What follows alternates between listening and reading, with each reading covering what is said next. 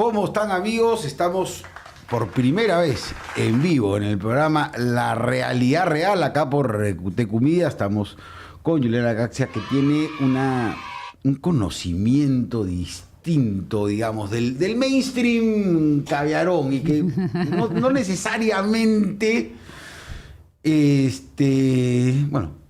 molestas a mucha gente con lo que dices, pero lo que dices es la realidad real, es lo que tú ves y es lo que es sentido común. Entonces, en este programa queremos hablar un poco de todo, como siempre, y como les hemos dicho, no es opinión, no, es la realidad, es lo que las personas viven, lo que las personas sienten y lo que la mayoría de peruanos entiende. Y en tu caso, Juliana, tú has trabajado y has presentado y has escrito y has hablado muchísimo sobre cómo romper o cómo entender realmente esta corriente que algunos lo llaman woke, otros lo llaman caviarona, otros lo llaman progre, pero que se resume en una cosa que es la Agenda 2030, que suena lindo, suena muy bonito, lo enseñan en todos los colegios, públicos, particulares, en todos los enseñan, pero que en realidad es algo que no está generando. Pero ya me fui, ya me adelanté.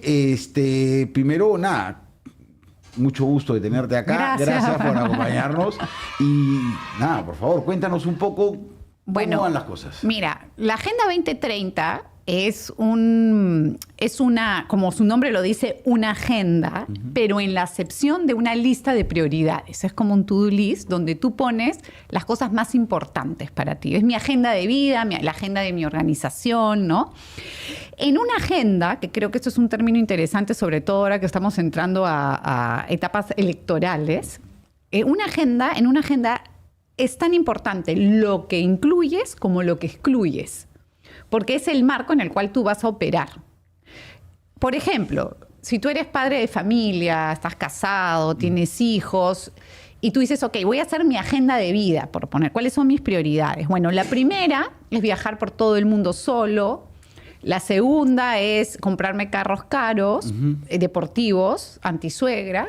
Y el tercero es, no sé, comprarme un montón de ropa fashion. Claro. Ya, ¿qué dice esa agenda de ti con respecto, por ejemplo, a tu familia?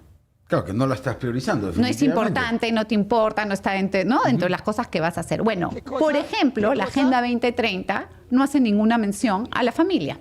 Ninguna, absoluta. Ninguna mención al padre, a la madre. A la madre solo una vez cuando dice madre tierra, ¿no? Exacto. Entonces, la Agenda 2030, cuando tú ves el marco en el cual opera, más importante es lo que no incluyeron. Y ahí te das cuenta cuál es su verdadera intencionalidad. Claro, porque tú la ves y te digo porque ha pasado... Bonita, es bonita. Claro, y a ver, nos hemos enfrentado a esto muchas veces. Está de moda en las empresas hablar de las ODS y el desarrollo sostenible. No solamente está de moda, sino que está vinculada a la reputación. Exacto. Y hay mucha gente que trabaja a niveles medios gerenciales, ¿no? O directivos, que no son los dueños, que se adhieren por mandato vertical, ¿no? Porque ellos quieran. Sí. Y es parte de la cultura empresarial, claro, ¿no? Y se la fuerzan. Y las cosas que dice la Agenda 2030, en verdad son cosas lindas que, por favor... Todos queremos. Todos queremos. La igualdad entre el hombre y la mujer, por supuesto. Pero no lo dicen así. No, claro. Dicen igualdad de género. Y ahí está el contrabando. Exacto. Y dicen, no contaminar el planeta. Por supuesto, ¿quién en su sano juicio quisiera contaminar el planeta? Pero, de nuevo, lo hacen, como dices tú, no por lo que dicen, sino por lo que excluyen, pero además en las indicaciones, porque cuando uno se mete a revisarlo, como lo has dicho tú, encuentras las trampas y hay una cantidad de limitaciones, pérdida de autonomía nacional, de soberanía, pérdida de lo principal, la libertad de la persona para tomar decisiones sobre su futuro y principalmente sobre lo que va a pasar, como decías tú, con su familia. Y con su empresa. Eso es algo, por ejemplo, bien paradójico, porque al final, cuando tú, empresario, te adhieres a la Agenda 2030, te estás adhiriendo, estás permitiendo que un organismo supranacional te diga cómo operar. Exacto. Si no, no te va a dar tu medallita, no te va a dar tu reputación. Entonces, si tú eres un empresario que defiende el libre mercado, claro, la libre empresa, bueno, lo que tú estás haciendo es dejando que alguien arriba te diga cómo manejar tu empresa por cuotas, ¿no? Porque sí, ahora también te dicen, no, tienes que contratar tantos hombres y tantas mujeres. No contrates al mejor, al más capacitado, sino contrata al que te suma para que yo te dé tu diplomita. Para tu reputación. Tu medallita y salgas lindo en tu LinkedIn y en tu WhatsApp tus amigos te aplaudan. Y se premian entre todos, entre ellos. Y hay un tema importante que creo que es yo siempre lo repito y no me cansaré de repetirlo. La Agenda 2030 no es un buffet. O sea, mucha gente te dice, no, pero yo solo me adhiero al ODS 8, al ODS 13. Yo no, el 5 no, el de género, porque yo sé que eso promueve el aborto, el género.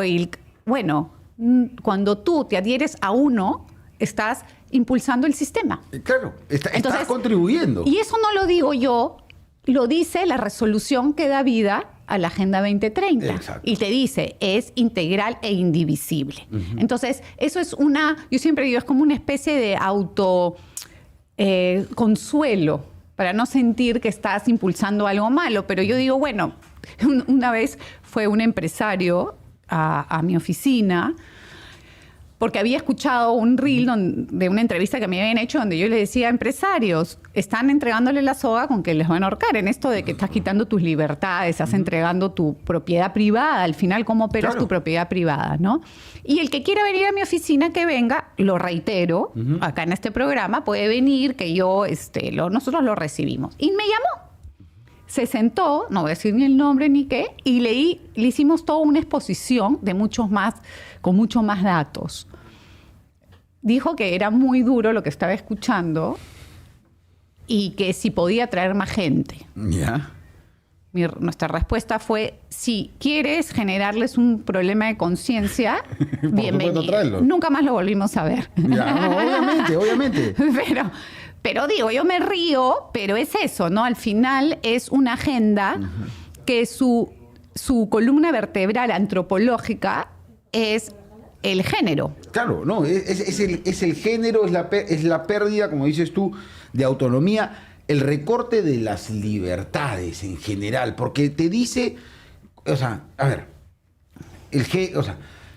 son 17, ni me acuerdo cuántas son y todas. 17 ¿no? ODS y 169 metas. Y acá hay un tema importante para los que te dicen, oye, yo he leído y no veo nada de lo que tú dices. Bueno, hay que leer un poco más. Porque hay muchos documentos, hay muchos... si algo tiene la ONU de bueno, es la capacidad que tiene para hacer millones de documentos que nadie lee. Salvo algunos lornas que estudian eso como yo, que me leo varios. Y en esos documentos tú comienzas a encontrar la ruta por ejemplo, te dicen, oye, pero ¿dónde dice que promueven el aborto? Y eso lo encontró Laje espectacular en su libro Globalismo, el último que ha sacado, en el capítulo La Agenda 2030, en el subtítulo que es el aborto. La Agenda 2030, en la parte del género, se basa en la plataforma de Beijing. Y en el documento de la plataforma de Beijing, en uno de los párrafos dice que el objetivo es despenalizar el aborto en todo el mundo. Ya está. Ya está. Listo. 1, 2, 3, unió los 3 puntos y pueden verlo en su libro. Yo digo, siempre lo cito porque yo creo que ya el trabajo está hecho y no hay que hacer más. Hay que promocionar lo que ya está hecho y les recomiendo mucho ese libro. Y claro, y lo que tenemos que hacer es que la gente entienda y que use el sentido común. O sea, a ver, ¿qué otra cosa de tanto esto de la Agenda 2030, más allá del tema de familia, cultura y género? Una de las cosas que dice es, oye, escúchame, tú no puedes tienes que conservar la naturaleza y no puedes talar los bosques, no puedes usar la selva para desarrollarte.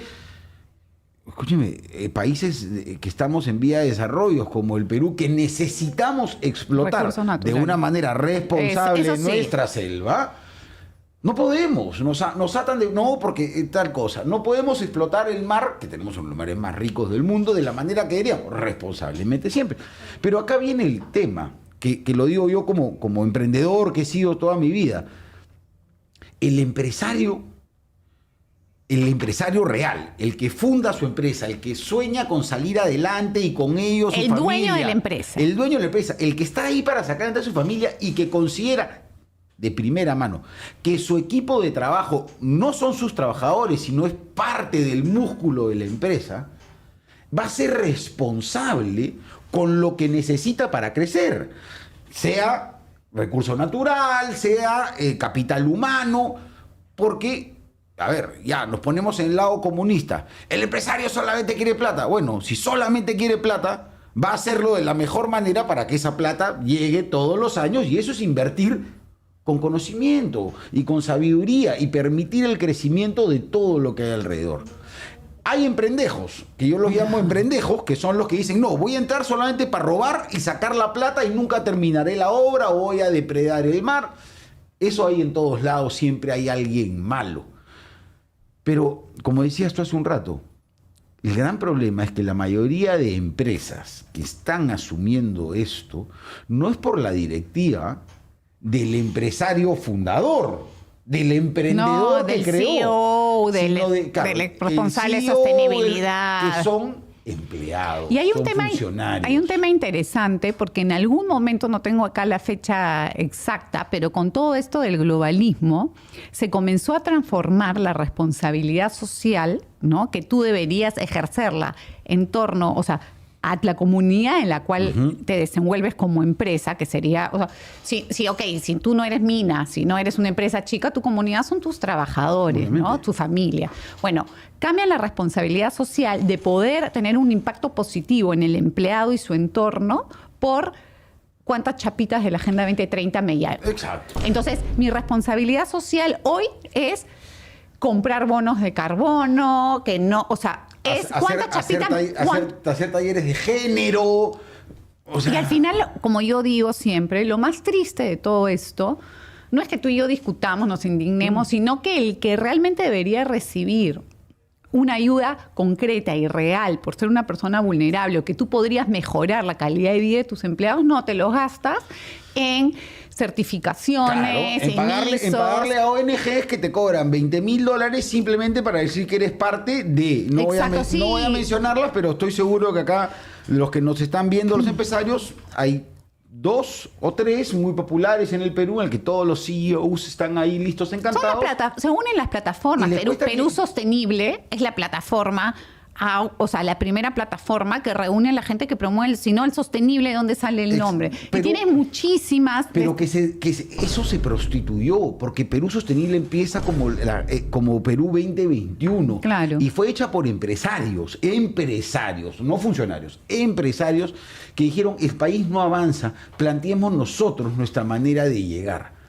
Y fue una propuesta que buscaba desarrollo, no equidad de género, desarrollo de pueblos productivos, desarrlo país.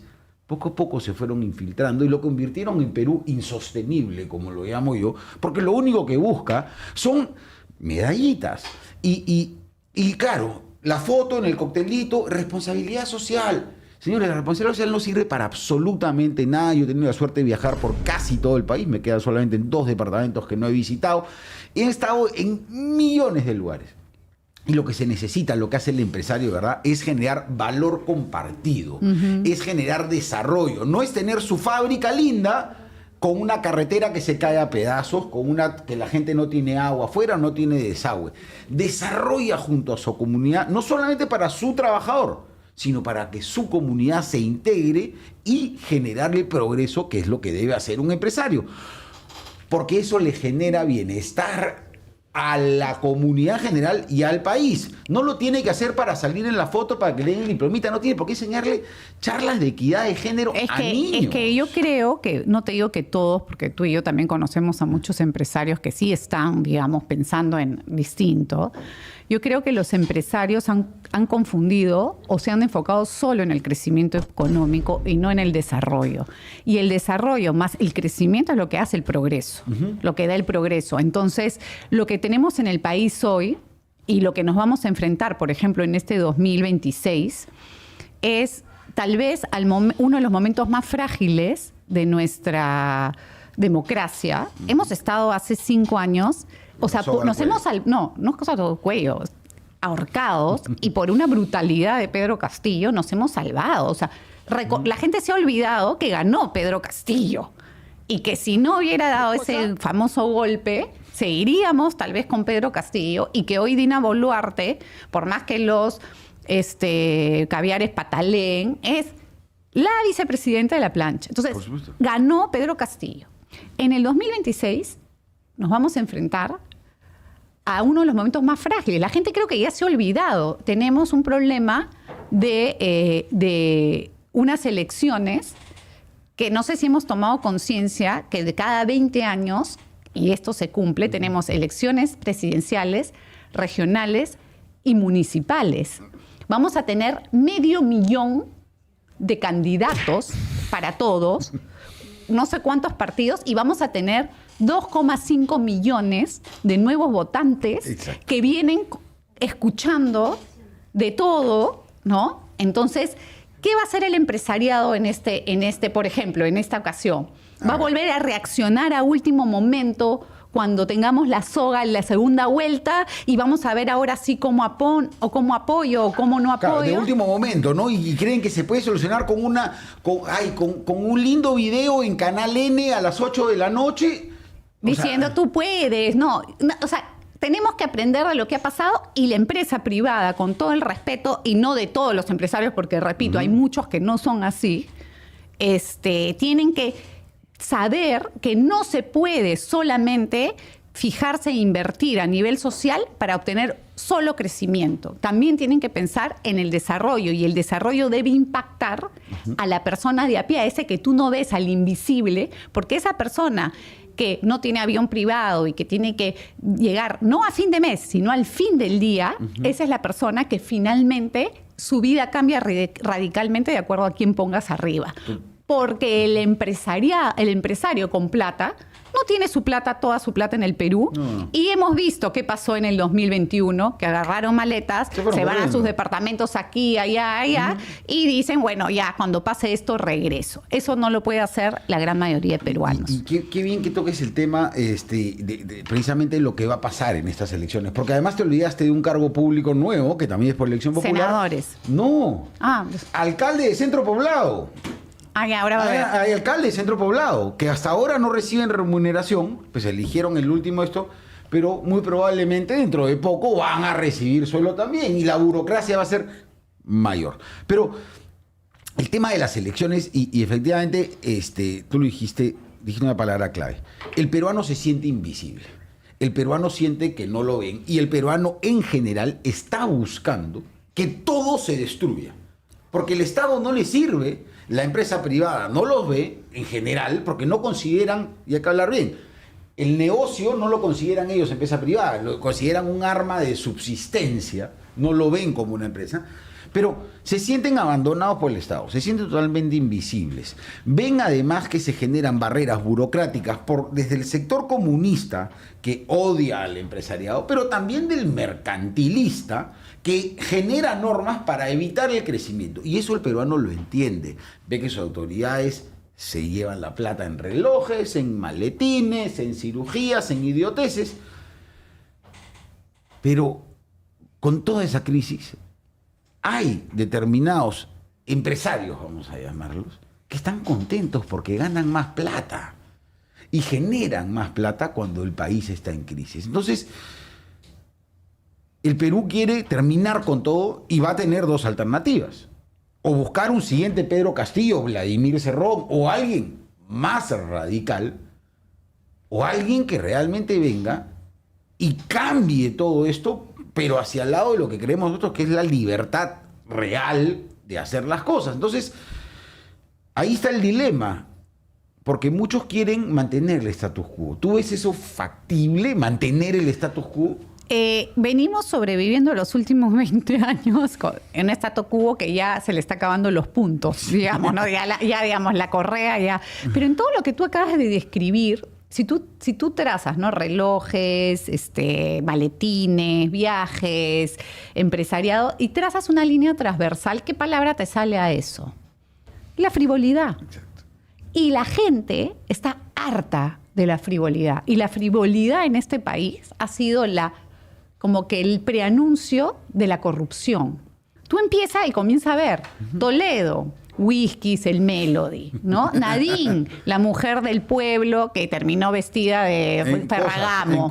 En la carátula de cosas, por supuesto. Tienes a un PPK que su primera muestra pública es hacer deporte en Palacio, Dios mío, ¿no? Eso fue una vergüenza. Entonces, todo es Pedro Castillo. Sí, no más pobres en un país de rico. ¿Cuánto eran las cuentas de carne? No, olvídate. El cumpleaños de la hija. Pero además acuérdate Lo primero que hizo fue...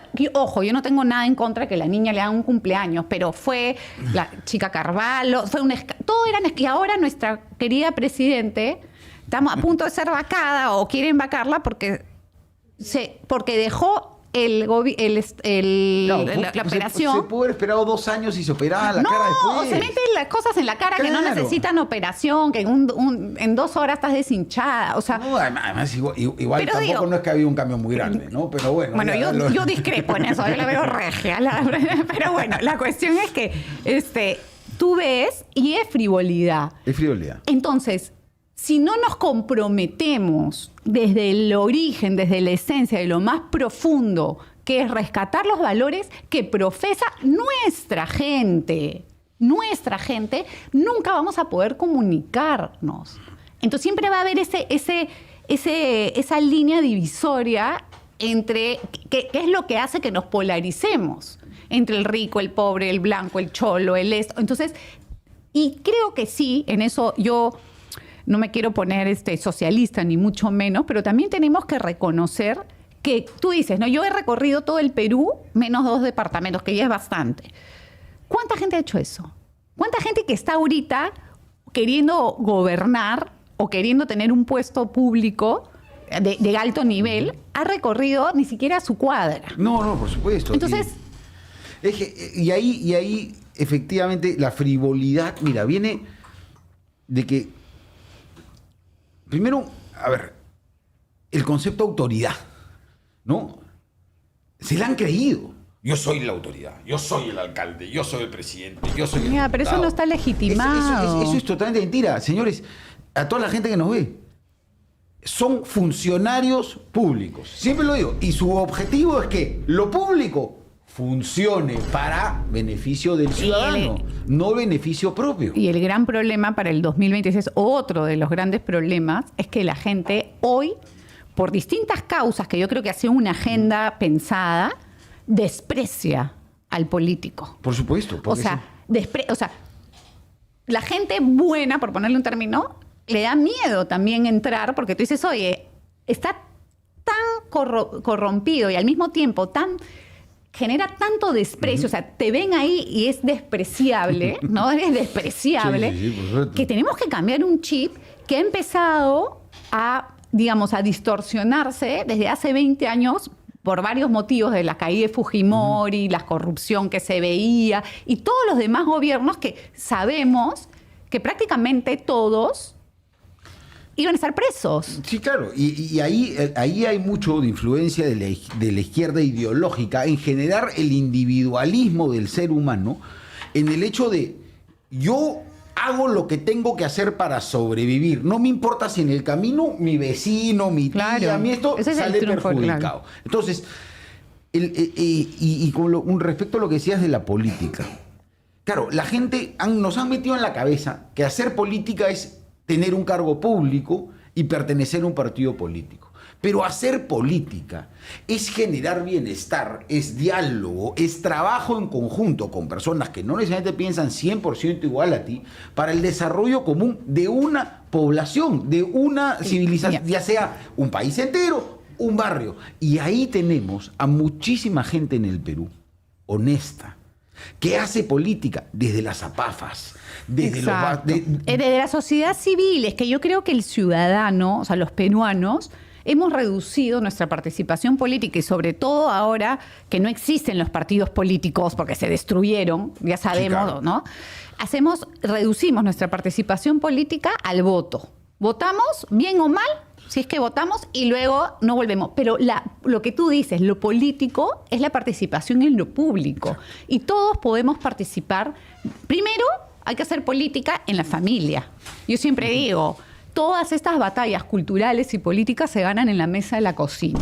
en ese momento en que el padre y los hijos, los padres y los hijos se vuelven a sentar a conversar sobre los temas que están pasando y hablan de política, los abuelos con los nietos, dejamos los celulares, dejamos los iPads, ¿no? Y nos sentamos a conversar de cosas que pasan, que pueden ser cotidianas, inclusive cosas que no pasan a nivel público, sino que pasan en el colegio, pueden ser abordados desde una mirada política. Haces política en tu empresa. Tampoco digo que tienes que estar todo el día haciendo claro, discursos, ¿no? Haces política, o sea, participas en tu empresa. Por ejemplo, si no estás de acuerdo con la Agenda 2030, haces política. Haces política en la escuela, porque te metes a ver realmente qué le están enseñando a tus hijos, si están defendiendo tus derechos como primer educador, qué tipo de educación sexual le están dando, histórica, si les están metiendo contrabando ideológico o no. Ahí también estás haciendo política. Y además hay muchas herramientas, y hoy una de ellas es las redes sociales, donde también puedes opinar. Pero hay también, y con esto termino, las redes sociales también juegan a doble cachete, porque mucha gente piensa que hace que cambie el rumbo del país porque lo puso en su Facebook. Sí, entonces, tampoco. O yo escucho mucho, ojo, yo sé que cada vez que digo esto se me vienen encima. Sí, las marchas son importantes, pero cuando se acaba el periodo de las marchas hay que seguir involucrado. Por supuesto. Y ahí hay un tema que es muy importante, ¿ya? Y es que, a ver, primero, porque son varias cosas y creo que nos da los valores de la sociedad, los valores de la familia, que es el núcleo central de toda sociedad. La familia, y de ahí empiezas a crecer. Son donde, como dices tú, se tienen que discutir el día a día. Y eso ya es hacer política. Pero además, ese espacio tiene que ser, que ha sido tratado de destruir, y la Agenda 2030 trata de destruirlo precisamente, a la familia como núcleo. Tiene que ser el principal espacio de conversación, de diálogo, para cruzar las ideas y entender, y lo que salga en redes sociales, poder entenderlo entre la mamá, la abuela, los que estén sentados en la mesa, en el trabajo igual, y tomar decisiones que vayan en favor del desarrollo. Y lo ves, yo lo he visto en los asentamientos humanos y en distintos lugares, o en distritos, y dicen, oye, el alcalde no recoge la basura. Bueno, manifiéstense y que recojan la basura. No, es que ya le hemos dicho que no sé qué. Bueno, entonces enséñenle al alcalde, y esto lo digo, tómenlo, no es un...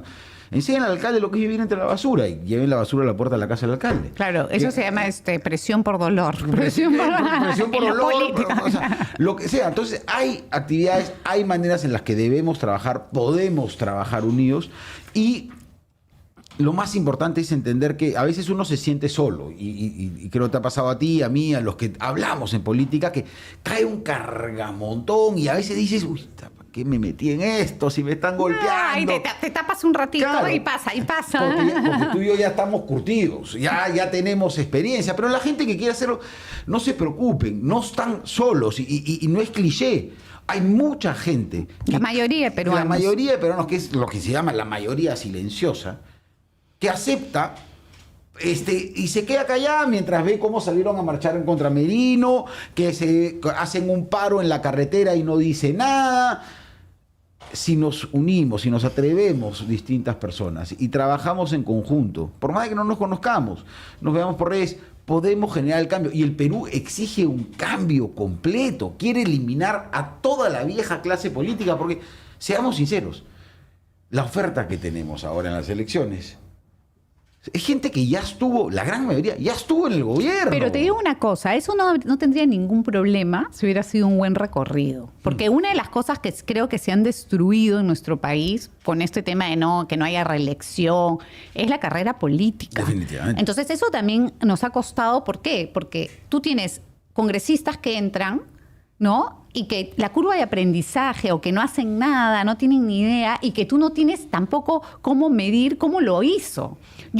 Y la gente ve mal la carrera pública. No está mal. Alguien se tiene que hacer cargo. Claro, porque no podemos tener a los peores abogados de jueces. No, es que tú quieres vivir. Por eso es que yo no estoy muy de acuerdo cuando critican, tú vives del Estado. Sí estoy en desacuerdo con estas garrapatas que viven dando asesorías constantes. Eso sí. Pero para mí, el trabajo en las instancias públicas es valiosísimo, Es valiosísimo. y debería ser, como en otros países, lo más difícil de obtener. Exacto, y los mejores y muy bien pagados. Y los funcionarios, los buenos funcionarios públicos que hacen, que desarrollan, que generan, que entregan resultados, tienen que ser, como dices tú, muy bien pagados y deberían ser saludados en la calle, así como con los policías, Respetados. con los policías, con los militares, con la gente que hace bien su trabajo. Lo que hay que limpiar. A mí me parece un gran avance, por ejemplo, la ley del APSI. Sí. ¿Por qué? Mira, acá justo he traído, Ya. porque creo que ya lo han compartido. No sé si has visto que hace pocos días, por el mes del orgullo, Ipsos sacó una encuesta donde él dice que el 69% de peruanos no aprueba matrimonio igualitario frente a un 24% que sí lo avala. ¿Qué quiere decir esto? ¿Que el Perú es homofóbico? No, que el Perú es pro familia. Exacto. ¿Ya? Y tú dices, si tenemos un 70% de personas que están en contra de eso, ¿cómo es posible que cada 6 meses tengamos un proyecto de ley a punto de ser aprobado con el matrimonio igualitario, con el aborto? ¿Cómo es posible que tengamos, porque todo es la misma agenda, Sí, claro, por supuesto. como enfoque transversal en el Currículo Nacional de Educación Básica y que hasta ahora ningún ministro lo haya sacado, el enfoque género transversal? Sí. Como que su principal vehículo es la educación sexual integral, que es la educación sexual basada en el género, no es educación sexual efectiva. No, ya. Tú dices, ¿cómo es posible que esas agendas se impulsen frente a la realidad? Como lo dice este programa, la realidad me dice que los peruanos no queremos esto. Y cuando ves la conformación del Congreso de la República, los progres son los menos. Sí, por supuesto. Pueden ser lo que a ti te dé la gana, porque comunista. En general en el país. son Ya, los te menos. pregunto, ¿cómo haces entonces? ¿Cuál es la respuesta que hay para frente a la pregunta de, frente a todos estos elementos, cómo seguimos teniendo esto en agenda? Billetera. ONGs. Sí. ONGs. Yo he estudiado durante años, por lo menos 8 años, cómo se venía implementando el aborto, el género, la educación sexual integral y el lobby LGTBI a través de la cooperación internacional. Por supuesto. Cuando salió la ley APSI, yo siempre digo, o sea, fue como, no lo puedo creer porque todas nuestras investigaciones, que las tuvimos durante años, hicimos un programa con Agustín Laje, 4 programas, fueron súper vistos, logramos ciertos cambios, ¿no? Ahí te das cuenta que millones, es que no es 3 soles, millones de dólares. La cooperación internacional del Perú, casi el 20% del total de la cooperación técnica formal, iba al género. Y tú dices, ¿de verdad tú me estás hablando? Estamos hablando de una cooperación que está registrada de casi más de 350 millones de dólares al año. Al año, 350 millones al Pues año. solo 70 millones de dólares metidos para... Entonces, evidentemente, ahí está la respuesta de por qué está en el Congreso Está esas siempre cosas. en agenda, porque siempre nos los están impulsando. Y eso es que además es... Porque esto es un negocio. Esto no... O sea, a ver, el Perú, como dices tú, es pro familia, es conservador de sus valores religiosos, de sus creencias. Quiere que, que como país nos desarrollemos, que vayamos avanzando, que la familia crezca, que eso nos llevará a otra conversación, que es lo que está pasando con el Perú en general en cuanto a demografía, pero tienes esta gente que está golpeando, y no solamente en género, te lo digo. Cada vez que hay un paro agrario, aparece CODEICA. Y lo digo con nombre propio, que es la coordinadora de derechos humanos de ICA, que viene trabajando con una cantidad de plata para meterle en la cabeza a los trabajadores del agro de que son esclavos oprimidos. Siempre, y digo, hay emprendejos que tratan mal a sus empleados, pero no es la mayoría. Y cuando uno va a hablar con la Asociación de Empresas Agrarias, y le dicen, oye, necesitamos financiamiento para educar a la gente. No. Por un lado te inyectan 70 millones, 300 millones, 20 millones, lo que pasó con Oceana y Daniel Olivares en Paracas. 8 millones de dólares para la campaña de Paracas. La Sociedad Nacional de Pesquería, ¿qué hizo? Creo que gastó 10 soles. Porque no, porque ¿para qué? Pero me voy a pelear, que... Les tienen miedo, Se ¿no? mueren de Y miedo. no pasa nada, porque ahí cuando revelas realmente cómo trabaja, o sea, te das cuenta que ni siquiera son... Y se mueren de miedo, ¿por qué? Porque con toda esta plata, no solamente compran conciencias dentro del sistema burocrático peruano, sino que con los coctelitos y todos estos premios que hablábamos de las chapitas, compran la idea de todos estos CEOs. Entonces se mueren de miedo, estos CEOs, se mueren de miedo que los vean mal en el club, que los vean mal en la casa de playa. Y no entienden que, en este caso del matrimonio igualitario, 70%, pero en otras cosas como el aborto es más.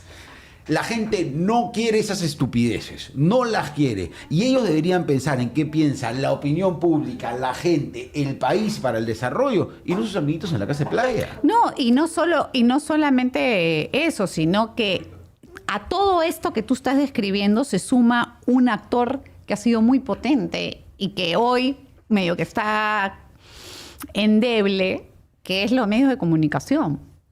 O sea, acuérdate, entre el Ministerio Público tomado por el mismo grupo que maneja la red de comunicaciones, ¿no? El grupo El Comercio, toda la RPP, o sea, todos los medios. Tú agarrabas a alguien, yo le llamo la moledora caviar mediática. Tú agarrabas a alguien, lo ponías al medio, se activaba la moledora mediática y no te salva nadie. No te salva Mira, nadie. yo lo vivo a veces por mi propio trabajo, que mienten, difaman, mienten, y si tú quieres, ojo, hay medios que sí ponen tu carta y tal, pero el medio que te difama nunca te llama a preguntarte. No, y si jamás. te llama a preguntar, deforma lo que tú dices y te lo minimiza. Entonces, claro, tú dices, ante una realidad así, yo tampoco quiero estar en medio, o sea, mi casa en la playa, el cóctel de mis Claro, no amigos, quiero, mis amigos caviarones, y encima no quiero ninguna mancha mediática, porque una vez que te volteas un grado de Te vuelves un ángulo, paria. te destruye, y la y- gente no está lista para la destrucción. Y yo acá les digo que No es pasa- súper no pasa divertido. nada, No pasa es nada. divertidísimo, yo me vacilo, No pasa olvídate. nada porque al final, este 70%, que es más, creo yo, 80%, Sí, y en piensa algunos casos como más. tú. Exacto. Lo que pasa es que no tiene La llegada, exposición la posición mediática. mediática y no está en tu Instagram. 4 grupos mediáticos Claro. hacen creer que eso piensa todo el Perú, y no es verdad. ¿Y sabes por qué, no? Por plata. Porque ni siquiera es por convicciones, es por plata. Porque antes el principal financista de los medios era el Estado. Era una vergüenza. Es una vergüenza. ¿Y que quiénes sí. eran los ministros? El de Educación, el famoso Saavedra.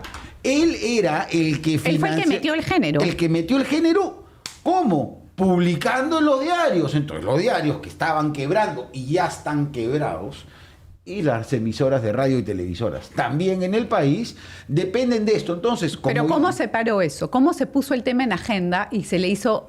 Ganaron ellos a nivel de poner el enfoque género en el currículum, pero a nivel narrativo no ganaron. No ganaron. ¿Quién salió a defender? Los padres. Los padres de familia. Salieron, se burlan que los Distintos colectivos, ultraconservadores... distintas cosas que se Salieron generaron. los padres de familia y le dijeron la frase, con mis hijos no te metas, le dijeron, y se ha quedado, y bueno, ha habido todo, es todo un fenómeno. Ya lo han generado un colectivo a lo que sea. específico, ahí han Pero registrado el nombre, eso porque es lo siempre que hay un digo. mercantilista vivo. Y vuelvo a la mesa de la cocina, donde hay un padre y una madre de familia presentes, es muy difícil que lleguen esa Escúchame, gente a tomar a tu hijo. Y yo quiero dejar una cosa clara. Acá creo que ninguno de los dos somos homofóbicos y respetamos que los adultos tomen las decisiones que quieran. Eso es responsabilidad de ustedes como adultos. Pero efectivamente, con los hijos, adoctrinarlos para lo que sea género, sea políticamente, no se puede y no se debe hacer, porque esa es la responsabilidad principal, primaria de los Y padres. son de súper familia. incoherentes. Por ejemplo, sacan una ley que prohíbe que las menores de edad se casen. Yo estoy de acuerdo, ¿ah? De 18, o sea, hasta los 17 años, no. ¿Por qué? Porque no están listas para tener relaciones sexuales con el matrimonio, ya. Pero al mismo tiempo te sacan una educación sexual integral que desde los 5 años les quieren enseñar todo tipo de sexo, y a las chicas de 14 años le dicen que pueden abortar sin permiso de sus padres. Y les enseñan a dibujar órganos reproductores desde que tienen 4 años. Mira la trampa. La educación sexual integral se basa en lo que se llama derechos sexuales y reproductivos. Y los derechos sexuales y reproductivos, en resumen, es que todo ser humano tiene derecho a tener relaciones sexuales consentidas, placenteras y seguras. Repito, todo ser humano, no distinguen edad. Y eso es lo que le enseñan a nuestros hijos con la educación. Entonces te das cuenta de la incoherencia. Para el matrimonio, claro, una niña de 17 años no puede. Porque lo que están Pero para acostarse con todo el colegio, le dan su preservativo, su pastilla del día siguiente y le dicen que eso está bien. Porque lo que están tratando no solamente es destruir a la familia, sino destruir a la sociedad en conjunto, frenando el crecimiento poblacional que necesitan las naciones para sostenerse. Bueno, ese es otro problemón. Y ese es un problemón al que tenemos que entrar. Porque la gran decadencia del mundo occidental ahora es precisamente, en Europa se ve clarísimo, se quedaron sin gente. En los estados socialistas no tuvieron cómo hacer para mantener a sus ancianos y tuvieron que, primero, dejar la migración formal, que llegaron y muchos peruanos se fueron, también algunos informales, pero fueron a trabajar. Y ahora la migración de todo lo que es la cultura musulmana, que no tengo nada en contra de ellos, pero que ellos sí siguen viviendo bajo el régimen de familia y siguen reproduciéndose, tanto así que en el Reino Unido, en Inglaterra específicamente, ya cambiaron el eje poblacional y ahora son más las personas que nacen de familias musulmanas que de familias protestantes o de cualquier otra religión en el Reino Unido. Pero eso genera un freno en el desarrollo de un país, y acá en el Perú, que estamos justo terminando, porque hemos perdido nuestra principal explosión y pirámide poblacional, vamos a entrar a un proceso de degradación. Estamos de camino a un invierno demográfico.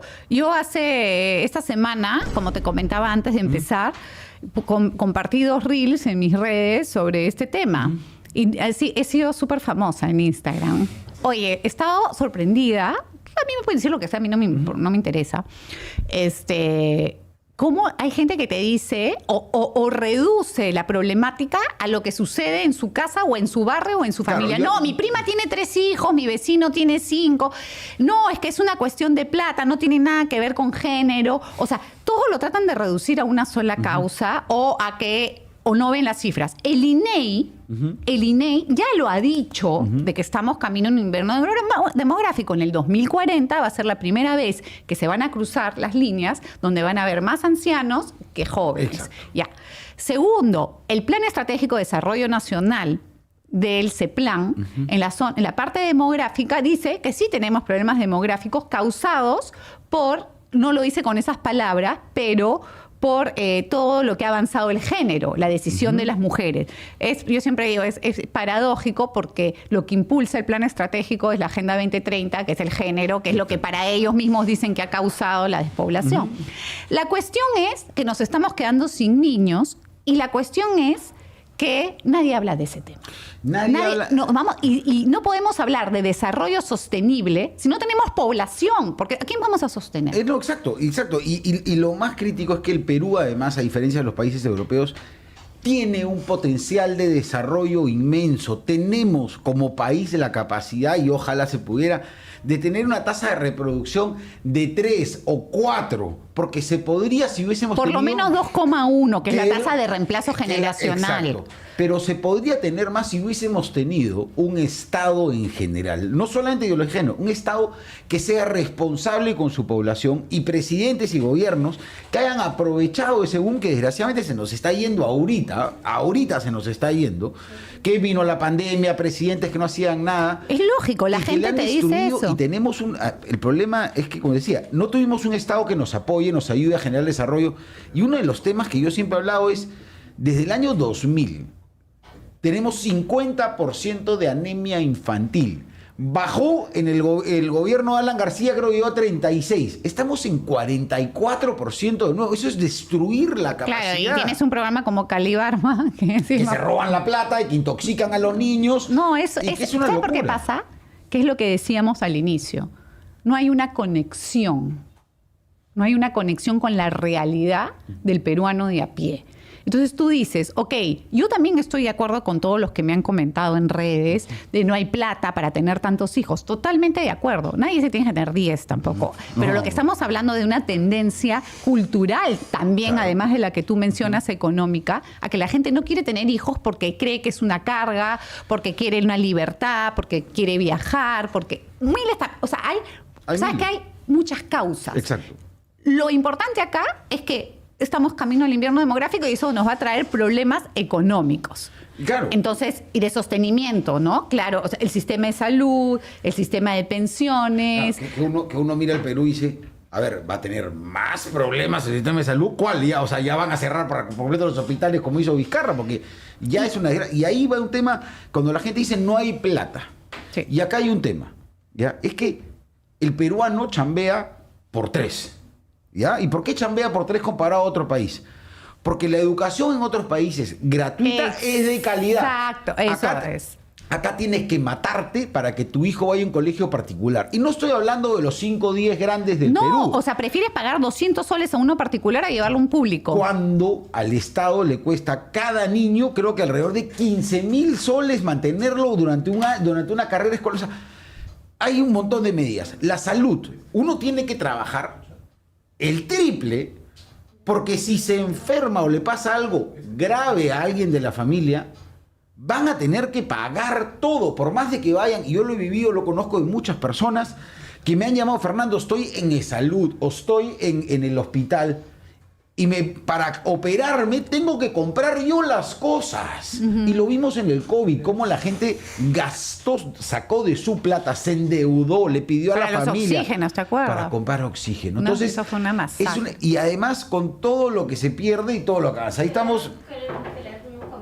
A ver, nos están hablando desde el chat, Estado responsable de los ciudadanos, Estado estatista. No, yo creo, ¿tú qué opinas de eso? Mira, yo pienso que tampoco podemos vivir sin Estado, porque el Estado lo necesitas para un mínimo, aunque sea de orden, porque el Estado pone ciertas reglas. Yo estoy de acuerdo en que no se puede meter en todo, pero, por ejemplo, si nosotros pagamos impuestos, ¿no? Sí, por lo menos deberíamos asegurarnos que las personas más necesitadas puedan acceder a una educación de calidad.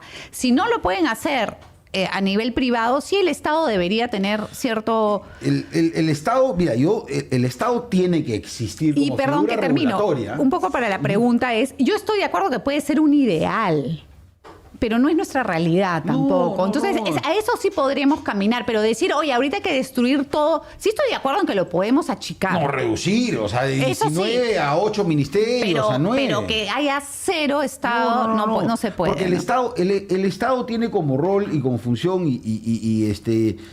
garantizar la igualdad de partida, de inicio de todos sus ciudadanos. Yo no he dicho ausencia de Estado, ya está bien, no digo, pero igual estamos de... No te piques. Cuando se suman, ese es el problema, se suma derecha liberal y se ponga un poquito otro. A ver, trabajamos con el sentido común y el sentido común va de frente, mira. El Estado tiene que garantizar que haya buena infraestructura de salud, de transporte, de educación, con buenos servicios. Si esos servicios, yo no estoy de acuerdo, por ejemplo, con que un médico maneje un hospital en el tema administrativo. Eso debería estar encargado a una empresa responsable privada que genere, no rentabilidad, porque el Estado no debe generar utilidad, pero que genere eficiencia del trabajo. Lo mismo con Petroperú y las empresas estatales. Hay un montón que deberían desaparecer. Claro. Pero el Estado tiene que garantizar lo más básico. No, y aparte mira, yo creo que también respondiendo a nuestro amigo de derecha liberal, hay que diferenciar entre promover y asistir, ¿no? Entonces nosotros como ciudadanos, empresa y también en parte el Estado debe promover ciertas cosas para que el ciudadano pueda depender lo menos posible del mismo Estado. Pero siempre en toda comunidad, históricamente hablando, desde que pisó la tierra el primer hombre, siempre ha habido personas a las cuales hay que asistir. Y de alguna manera hay ciertas instancias de la organización social que sirven para esa asistencia. Una de ellas es el Estado, porque tiene que velar por aquellos que nadie vela por ellos. Entonces, creo que tenemos que diferenciar. Yo estoy de acuerdo con nuestro amigo que la educación gratuita no es lo ideal, pero sí tenemos que ver la realidad del país hoy y caminar hacia un ideal, ¿no? Tomando en cuenta que la educación no es gratuita, porque la educación se paga con los impuestos. Claro, no existe nada gratis. No existe nada gratis, porque el Estado no tiene plata y todo es pagado con nuestros impuestos. Pero hay mejores maneras de hacerlo funcionar. Primero, asegurándote que los profesores estén ahí por meritocracia, por desarrollo, por conocimiento y no por ideología o movimiento sindical. Un tema ahí, Fernando. Tú sabes que el otro día estuve reunida con una persona muy vinculada a la educación pública y me comentó algo que me preocupó mucho. Tú sabes que un maestro gana muy bien ahora, sí, claro, en Perú. O sea, no es un sueldo comparado a otros, es un buen sueldo.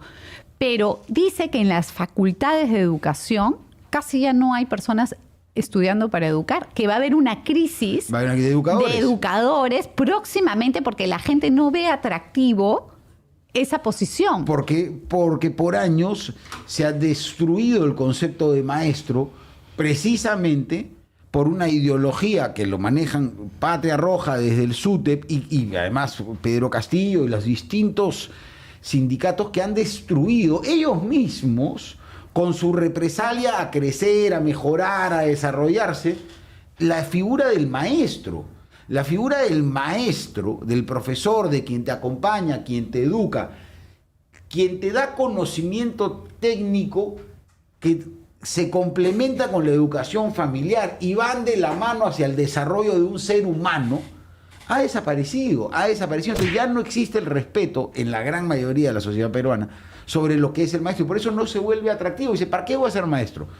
¿Para que me paguen pésimo? No te pagan pésimo, los sueldos están cada vez mejores si es que uno se adhiere y hace sus exámenes, se va a capacitar como cualquier empresa. Pero la educación, efectivamente, tenemos, y eso puede ser otro tema rapidito, o sea, el Estado está tan poco presente en general en la capacidad, pues no conoce al ciudadano, no sabe dónde está. Dicen que van a hacer un censo este año, no sé si este año, el próximo, ¿cuándo van a hacer el censo? El último censo fue el 2017, que además, acuérdate, salió mal y lo hizo César Acuña con la Universidad César Vallejo, precisamente para quedarse con toda la data. La verdad que el Perú es divertido. No, es maravilloso, es una broma constante al parecer. Pero bueno, la informalidad no permite que se conozca dónde está el ciudadano y no permite conocer la necesidad del ciudadano, por ende no permite hacer políticas públicas eficientes y eficaces. Ese está el problema. Son políticas públicas. Fernando, tú sabes que en el Perú hay 73, si no me equivoco, 70 y pico políticas públicas, de las cuales ahorita la mitad está vigente y las otras en revisión. Si tú lees la última que acaban de publicar, la política pública de derechos humanos, yo ya la leí, la analicé y tal. Es pura ideología. Ah, sí, claro. Es que están infiltrados en todo. La política pública de territorialidad. Le meten género a la territorialidad, como que tú pudieras organizar el territorio de acuerdo al enfoque género. O sea, y ahí viene lo que tú dices. No se puede gobernar o hacer políticas públicas o nada en la vida que sea eficiente si no responde a la realidad. Y lo que sucede hoy es que la gente más o menos que hace cosas, las que están en los gobiernos, que deberían servir, ¿no? Hacer cosas que sirvan un poco a lo que me tinca, a lo que me dicen o a lo que la ONG me ha pedido que haga. Y hay un tema interesante aquí porque todavía me acuerdo que recién salíamos del COVID porque fue con mascarilla. Yo escribí un artículo donde hablé sobre el feminicidio. La cuestión es que mencioné al INEI y la manera en que estaba exponiendo o presentando ciertas cifras. ¿A qué voy con la historia? Me llamaron del INEI, que querían hablar conmigo. Fuimos y hablamos y ya discutimos todo bien sobre el tema, pero lo que me dijo la persona que me recibió, que me pidió reunión, me dijo, nosotros tenemos cifras para todo. Se usan no más del 10%. Por supuesto. Nadie usa la estadística. Y esa estadística y data que tienen la presentan de acuerdo a la solicitud del ministro, del presidente. Te la pueden procesar. Claro. Y justo, mira, ahí nos están haciendo comentarios. Es tan difícil trabajar de presidente. ¿Por qué tanto les cuesta hacer cosas por el pueblo a gente que fue elegida precisamente para hacer eso? El ejemplo de Dina. A ver. Qué complejo, ¿no? O sea, O sea, ser presidente no debe ser fácil porque tienes presiones de todos lados. Y hay algo que también cuando tú hablabas de organicémonos, ¿no? Si tu alcalde hace algo, organízate. Los peruanos y los seres humanos en general tenemos un problema que nadie quiere ser cola de león, sino que todos quieren ser cabeza de ratón. Exacto. Entonces, una vez que tú llegas a los puestos clave o a tomar una decisión clave, y obviamente lo prudente, acuérdate que la virtud más importante de un gobernante es la prudencia, y dentro de la prudencia, una de sus características es saber escuchar consejo. Entonces, claro, tú comienzas a escuchar consejo y creo que ser un buen gobernante te debe dar la capacidad de saber de rodearte de gente que sabe de o sea, no sé, si yo estuviera en la presidencia, tendría experto, pero de verdad que trabaje con la realidad de cada cosa, ¿no? A ver, pero... a ver, entonces, perdón, con eso termino. Entonces, el problema que sucede es que al final... no escuchas, quieres hacer lo que tú quieras, nos terminamos peleando porque... Claro, y al final todo termina en una bronca y nuevamente el menos beneficiado es la persona, el ciudadano. Porque arranca todo desde el ego, desde el yo creo que es lo que dice. Y a ver, ser presidente debe ser complejo, pero a ver, es como ser padre de familia, es como dirigir una empresa, es como dirigir todo con distinta magnitud, por supuesto. Pero el problema no es qué tan difícil es ser presidente. El problema es que cuando votamos por gente que no está preparada ni siquiera para dirigir un chifa. O sea, y con perdón de todos mis amigos que son restauranteros, y felicitaciones a mi amigo Mitsuharu Sumura, primer chef del mundo, excelente. Ojalá que no es chifa, pero me acuerdo de él porque está hablando. Pero, Micha, un éxito, compadre. O sea, chifa, pero bueno, pero no es tan difícil. No, lo que pasa es que elegimos a gente que no es capaz, a gente que no es capaz de ni siquiera ser, no sé, como te digo, administrador de un local. Y ese es el problema. Y como decías tú, lo que se necesita es gente que entre consciente de que tiene que tener apoyo de gente, no del amigo político, no del favor, que no entre a servirse a sí mismo y a solucionar los problemas que ellos crean. Por eso es un servidor público, por eso es un servidor. Exacto. Tiene que entrar una persona que entre a servir, a solucionar el problema de la gente. Y ese es el gran problema de lo que hablábamos hace un rato también, de que la gente está cansada de los políticos. Señores, diferenciemos. Tenemos parásitos, gente que está con cargo político, pero nunca tuvo la intención de hacer política, sino de beneficiar a un sector productivo específico. Ahora se hablan, no, los congresistas, los mineros ilegales, que hay que diferenciar, porque el minero es otro tema, pero ya entraríamos en un tema muy largo. El congresista de tal cosa. Señores, ¿acaso no hay congresistas de la banca? ¿Acaso no hay congresistas de los... O sea, y no tiene ningún problema mientras sea transparente y se pelee por el bienestar nacional, no para defender intereses de uno solo, de un grupo de personas. O que le paguen. Cerrar el mercado y destruir la capacidad de progreso y desarrollo del país. Y ahí es donde tenemos que entrar y buscar y trabajar en que exista más gente preparada, no solamente para ejercer las posiciones. Yo también creo que necesitamos políticos. Sí. O sea, digo... un presidente, sobre todo, tiene que ser político. ¿Por qué? Porque tiene que saber conversar y poder alcanzar distintas posiciones a un centro, que yo no digo hay que estar en el centro, ojo, sino que encontrar, y finalmente, un centro que corresponda a la realidad. Y eso se logra fácilmente cuando te rodeas de lo político a lo técnico con gente que sabes. Entonces vas a llegar a soluciones o a acuerdos que finalmente corresponden a la realidad y a las necesidades, y vas a tener una respuesta efectiva. Y eso va a rebotar en que la gente va a estar más contenta, más tranquila, porque al final tú dices, ¿yo por qué voto por un Pedro Castillo? Primero, porque no tengo formación política. Segundo, porque he sido deformado políticamente. No solamente no tengo formación, sino que he recibido durante varios años en el colegio que los ricos, que la empresa, que Fujimori, que esto, que lo otro, que los de derecha, que los de la de arriba, que los de abajo. Toda una sarta de peroratas, pues, narrativas que destruyen y dividen. Por otro lado, la mayor parte de los peruanos, como te decía hace unos minutos, tiene que no llegar a fin de mes, sino llegar al fin del día. Entonces, de verdad terminas creyendo, frente a la poca formación, a la deformación y a la necesidad, terminas creyendo en el que llene esos vacíos. Es claro, porque como decía en un momento, el peruano no vota porque es bruto, no vota porque no la ve. El peruano está harto y cansado. Con justa razón. Con toda la razón del mundo de ver cómo no puede soñar, no puede pensar en el futuro. Ha perdido el orgullo, ha perdido la esperanza. Y eso es culpa. Ese es el término. Y eso es culpa de todas estas falsas autoridades. Y como decía hace un rato, parte del problema, en uno de los comentarios que nos ponían ahí, es que el Estado se ha vuelto tan grande, con tanta cosa absurda, para satisfacer tanto favor político, para que el amigo, el correligionario, el pata, la prima, tengan un puesto de trabajo. Y nadie se ha ocupado de cortarlo. Tenemos un aparato estatal que es un desastre. Y a eso súmale que ahora, por ejemplo, yo entro a un puesto público importante, un ministerio, algo así. Y como soy enemiga política, ideológica, de todos los que hoy gobiernan los medios y lo que hablábamos, ¿no? Me acusan de todo. Ah, claro. Entonces ya no quiero firmar nada. No, claro. Nadie firma nada. Entonces, firma tú. Entonces el otro día me hablaba una persona que trabaja en un ministerio y te sientas en un carrusel que para sacar una resolución o algo, tiene que pasar por 18,000 manos porque nadie quiere. Entonces, estamos destruidos y yo creo, Fernando, que la palabra que tú has dicho es la más importante y que podríamos resumir un punto, o sea, que podría ser un punto de partida para mirar el futuro y es la esperanza.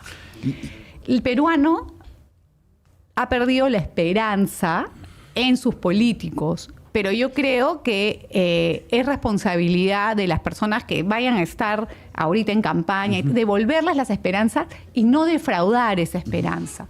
La esperanza no es una virtud teologal.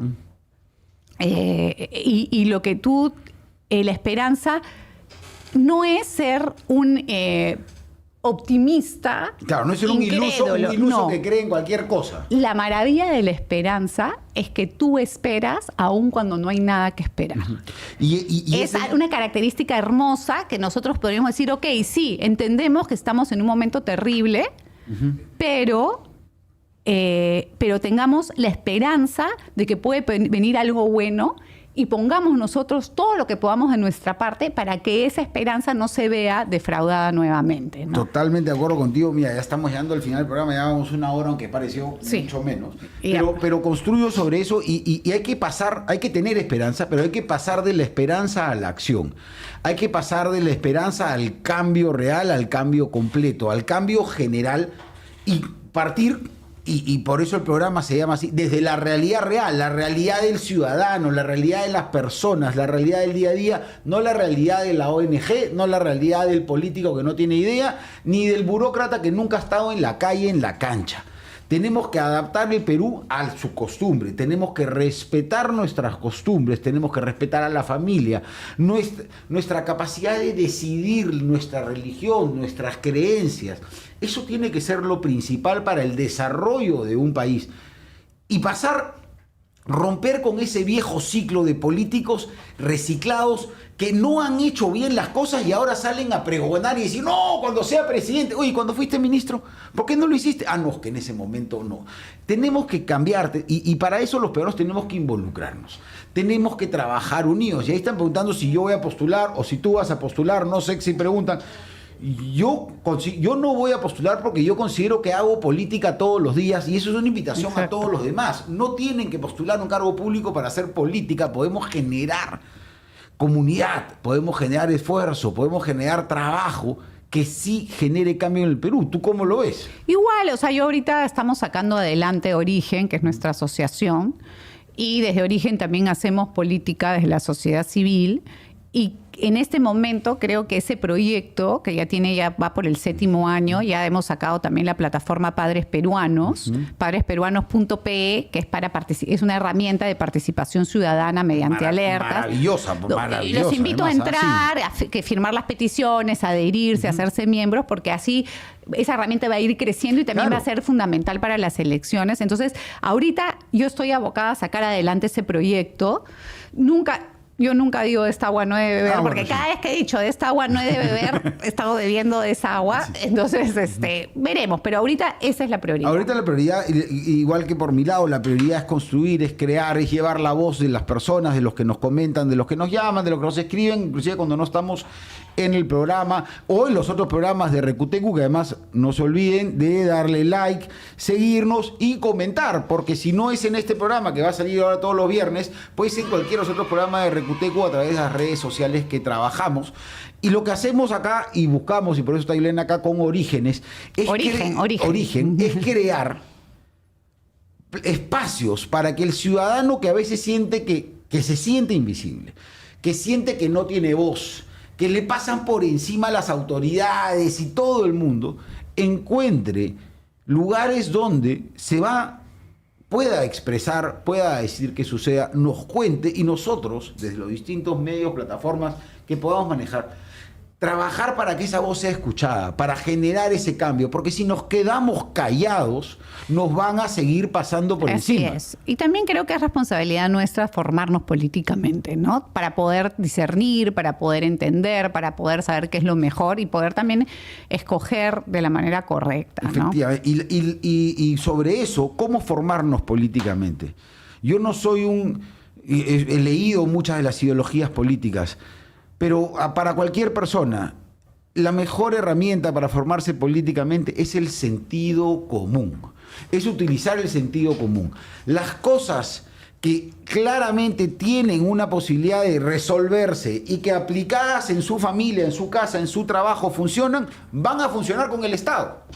Si no funcionan en su familia, no van a funcionar en el Estado, porque se vuelven irreales, se vuelven promesas. No creer en el yo te voy a dar, yo te voy a regalar, en trabajar juntos y trabajar el sentido común y partir siempre desde la realidad, porque es lo único que manda, es la realidad, todo lo demás es teoría. Y si tú mezclas el sentido común con la realidad, lo primero que tienes que conocer es a ti mismo, a qué especie perteneces, para qué estás hecho, cuál es tu propósito en la vida, porque si no entiendes eso desde lo más íntimo, tú no sabes qué proyección necesitas a nivel social y cómo poder ordenarte en esos espacios. Exacto. Entonces, yo también siempre digo, la primera disciplina que uno debería aprender antes de como primer curso para formación política es antropología filosófica, por ejemplo, ¿no? Conocerse a sí mismo. Así es. Porque conocerse a sí mismo, y acá está la cadena, conocerse a sí mismo le permite a uno generar lo más lindo que existe en una sociedad, que es la familia,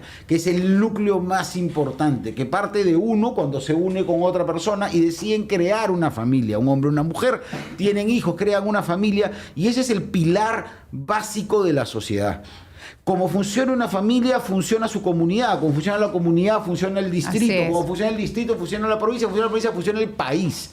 Entonces tenemos que trabajar juntos, unirnos, por más allá de los distintos credos que tengamos, de lo que decidamos, y no caer en la división que nos generan las fuerzas de la izquierda ideológica y todo este tema woke, de entrar en el pleito porque hay un 1% en el que no coincidimos. Hay dos cosas que me parecen interesantes que están sucediendo y que deberíamos ser más conscientes antes de comentar, por ejemplo, en redes sociales.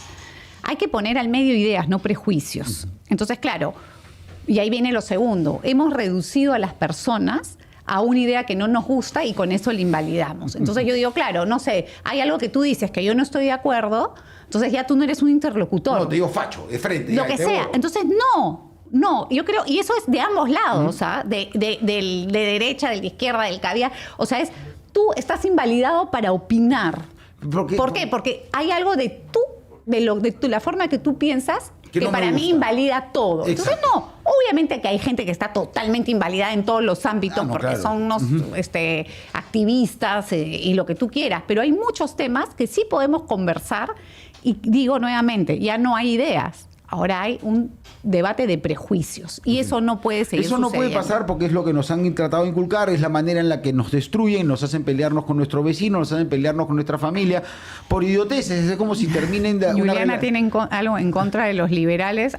No tengo. Yo no soy liberal. No, es que yo creo que no. No soy liberal. O sea, una cosa es, a ver. Es precisamente lo que estaba diciendo. Digo algo y lo que me dicen es que estás en contra de los liberales. No estoy hablando en contra de nadie, estoy hablando propositivamente. Y efectivamente, o sea, hablemos desde el sentido común y hablemos, la ideología sirve para formar a las personas, pero para aplicarla en política se necesita sentido común, se necesita realidad, porque mucho de lo que es teoría, precisamente por eso es una teoría, no es necesariamente, o sea, es un marco que te va a permitir avanzar, pero no se puede hacer nada en la vida al pie de la letra, porque sería como interpretar la misma Biblia al pie de la letra, cuando no puede, o cualquier otro libro. Tienes que adaptarlo a la realidad. ¿Puedes poner, perdón, el comentario anterior, algo de los conservadores? Ay, ¿quién dice? ¿Qué dice?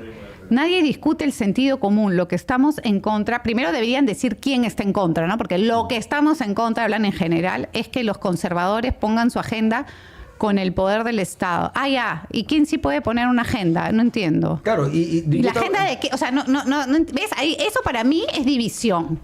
Además, es división. ¿Qué o sea, estamos diciendo que la mayoría de peruanos es conservadora. No se debe poner la agenda. Es la agenda de los peruanos, quienes votan. Los peruanos, para que sea lógica, tú deberías votar quien comparte tu forma de pensar. Entonces no es una agenda de conservadores, es del votante. Claro, pero además hay mucha simplificación. Los conservadores. A ver, acá estamos hablando, no somos conservadores, estamos hablando de que hay que conservar lo que creemos básico y creo que coincidimos, que es la familia y la vida. Eso es importantísimo. La libertad de religión, perfecto. La libertad sexual de los adultos. Los que quieran, cuando quieran. Es más, yo siempre digo, a mí ni me digas con quién te acuestas, no me interesa, no quiero saber, no estoy interesada en tu vida privada. En mi caso, yo soy un ferviente de lo que ya se puede, que es la unión civil de hecho. O sea, entre dos personas, sean pareja o no sean pareja, del mismo sexo, lo que sea, está bien porque es un tema, es un contrato. Yo puedo hacer con mi plata lo que me da la gana. Y es un contrato además de responsabilidad médica y otras cosas. Yo estoy totalmente de acuerdo con eso. La libertad para emprender es básica y eso no tiene nada que ver. No tiene nada que ver. No confronten conservadurismo con libertarismo, con libertario, con libertad, con progresismo. Eso que tú dices, justo el otro día lo comentaba con Agustín Laje, porque Agustín nosotros lo hemos traído, ¿no? Varias veces. Yo le digo, esto de que yo no entiendo, soy un ignorante y lo digo abiertamente. Soy liberal, libertario, de la libertad, de la no sé... Es más difícil, a veces autodeterminante políticamente, que el género. O sea, para mí sería más fácil decir cisgénero, femenino, heterosexual, que libertario. Liberal, con la bandera león, con la bandera así y eso nos divide. Entonces, claro, pero Juliana es no sé qué. No sé, yo no sé eso. Yo digo lo que pienso. Estudio, he hecho ese trabajo de estudiar a la persona, ver qué puede ser lo mejor para que sea feliz al final, logre su propósito y no me metan en esos corsés porque me ponen nerviosa. Disculpa, Juliana. No sé quién es. Te da igual si se aprueba la unión civil, que viva la libertad individual. No me da igual que se apruebe la unión civil. A mí no. Él lo ha dicho, no yo. Yo le he dicho. Le he dicho, o sea, que hagan con su plata lo que quiera. Exacto. Ojo, y yo la apruebo no problema como, de Fernando, a mí no me meta. No como reemplazo del matrimonio, el matrimonio es una institución además de la iglesia, y no existe en lo que yo propongo y creo la posibilidad de no se constituye una familia. Claro, para mí no. No hay adopción. Claro. No hay nada. No se constituye una familia. Si alguno de los padres tiene o ha tenido un hijo por otro lado, bien por ellos, pero no se constituye una familia. Yo lo digo por un tema netamente económico, de poderes, derechos, de personas que uno tiene la necesidad a veces, porque a veces ni siquiera tiene pareja y es una persona que con el tiempo llega a la edad y desgraciadamente nunca tuvo una pareja, ya sea del mismo sexo o del otro sexo. Entonces, eso es libertad para poder decidir. Pero en cuanto a familia y a los hijos, soy conservador, llámame facho, llámame lo que quieras. Yo soy tan facha, Fernando, que me tengo que ir ahorita porque tengo reunión con la tutora de mi hija adolescente y como madre tengo que ir a reunirme. Y Juliana, te agradezco muchísimo. Y regresaremos también. Por supuesto, ya saben. Todos los comentarios. Acá en Retuiteco Media, gracias por los comentarios, en verdad, porque esto es lo lindo. Acá hay correa. La gente tiene poca correa. Porque además, si no aceptamos lo que dicen, no aceptamos la realidad y todo el mundo tiene derecho a opinar. Entonces, nada, muchísimas gracias, Juliana. No, a ti. Gracias a todos, amigos. chicos, No se olviden de seguirnos, compartir, seguir comentando. Nos vemos el próximo viernes. La realidad real a través de Recutecu Media, señores. Nos vemos. Muchas gracias. Chao, chao.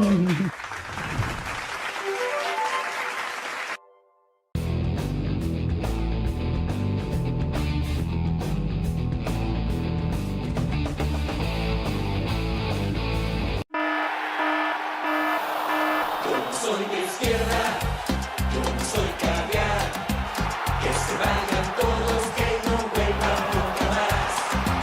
Yo no soy de izquierda, yo no soy caviar, que se vayan todos, que no vuelvan nunca más.